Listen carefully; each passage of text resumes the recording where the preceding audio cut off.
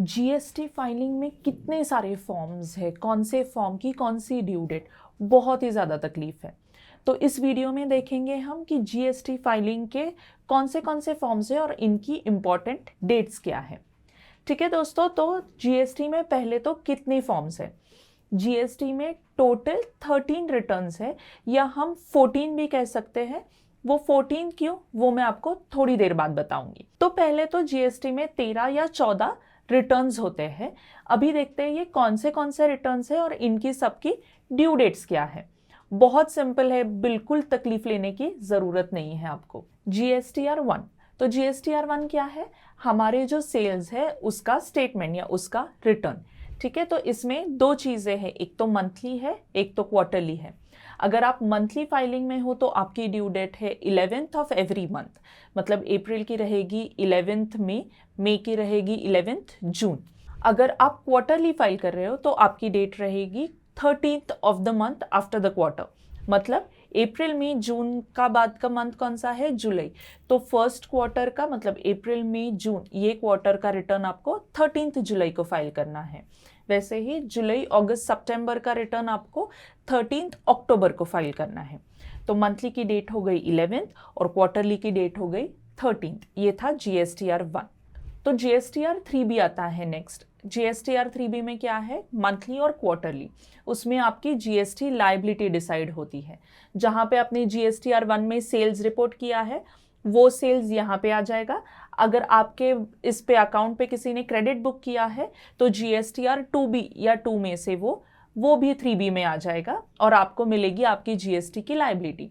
उसमें अगर मंथली है तो आपको 20th को GSTR 3B फाइल करना है, मतलब अप्रैल का रिटर्न 20th मई तक, मई का रिटर्न 20th जून तक, जून का रिटर्न 20th जुलाई तक, so on and so fourth. अगर आपका क्वार्टरली रिटर्न है तो क्वार्टरली रिटर्न में दो कैटेगरीज किए हैं, कैटेगरी एक्स है और कैटेगरी वाई है।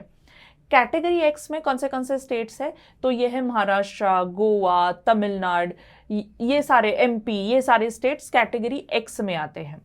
कैटेगरी वाई में कौन से स्टेट्स आते हैं, यूपी आता है, बिहार आता है, पंजाब आता है, हिमाचल आता है, मिजोरम आता है। तो ये सारे कैटेगरी वाई के स्टेट्स हो गए।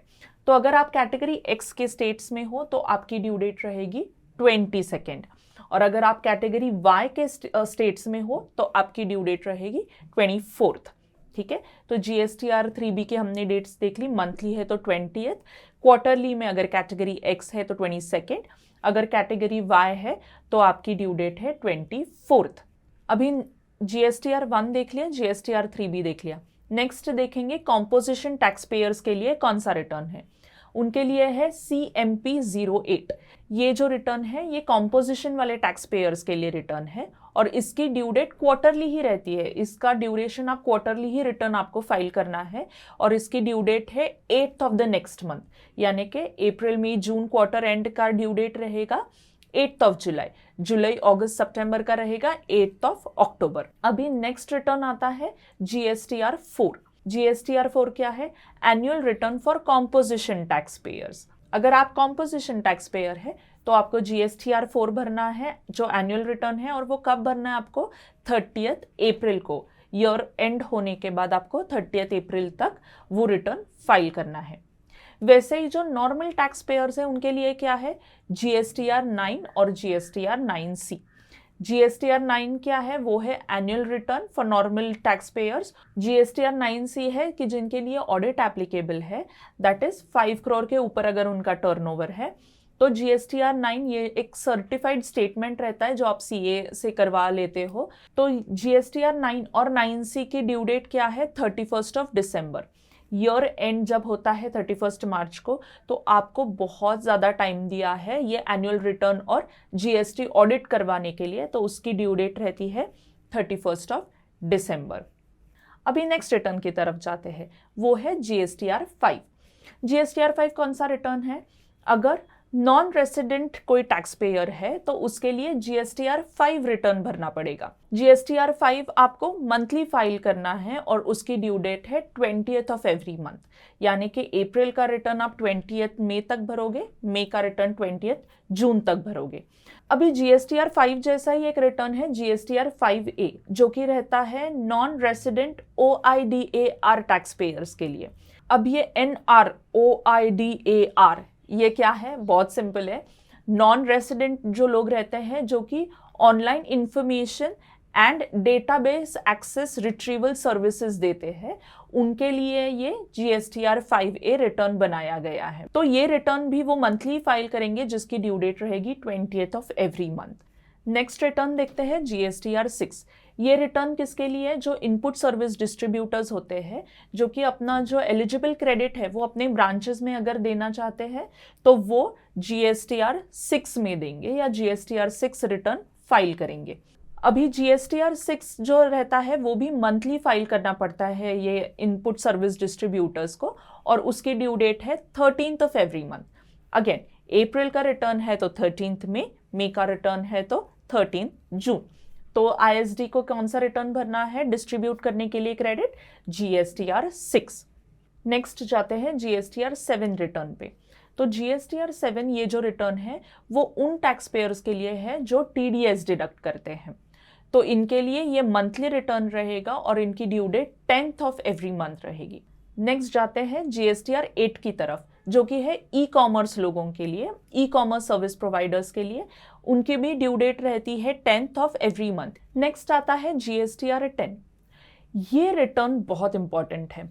अगर किसी का GST नंबर कैंसिल हो गया है तो इनको ये फाइनल रिटर्न भरना है जो GSTR 10 है, और ये आपको भरना है विदिन 3 मंथ्स। जबकि आपका कैंसिलेशन ऑर्डर आता है या आपका GST नंबर कैंसिल होता है, विच एवर इज लेटर पे, जो भी लेट डेट है उसके 3 मंथ्स में आपको ये GSTR 10 जो कि फाइनल रिटर्न है आपको फाइल करना है। नेक्स्ट आता है GSTR 11। ये रिटर्न है UIN होल्डर्स के लिए जो रिफंड क्लेम करना चाहते हैं।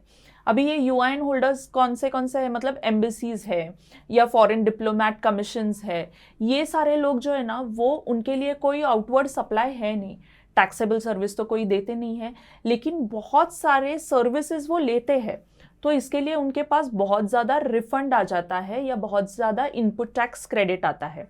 तो ये रिफंड क्लेम करने के लिए, ये जो क्रेडिट है उसका रिफंड क्लेम करने के लिए इनको भरना है GSTR 11।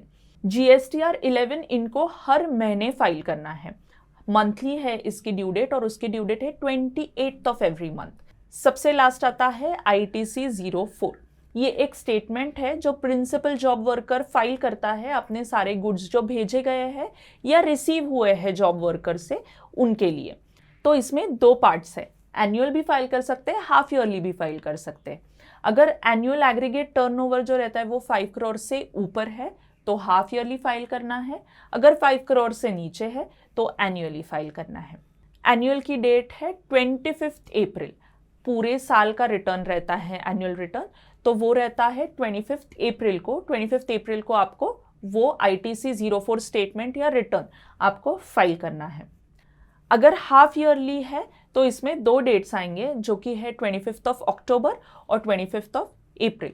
तो ये स्टेटमेंट अगर आप हाफ ईयरली फाइल कर रहे हो तो आपको 2 डेट्स में फाइल करना पड़ेगा। एक जो है वो पहले हाफ के लिए है जो आपको 25 अक्टूबर तक फाइल करना है, और दूसरा है जो सेकेंड हाफ के लिए है जो आपको 25 अप्रैल तक फाइल करना है। तो ये थे हमारे 13 GST रिटर्न्स और उनकी फाइलिंग ड्यू डेट्स। अगर आपको कोई क्वेरी है या इन सारे ड्यू डेट्स के बारे में अगर कोई भी डाउट है आपके मन में तो आप वो कमेंट सेक्शन में लिख देना, मैं आपको रिप्लाई करते जाऊंगी।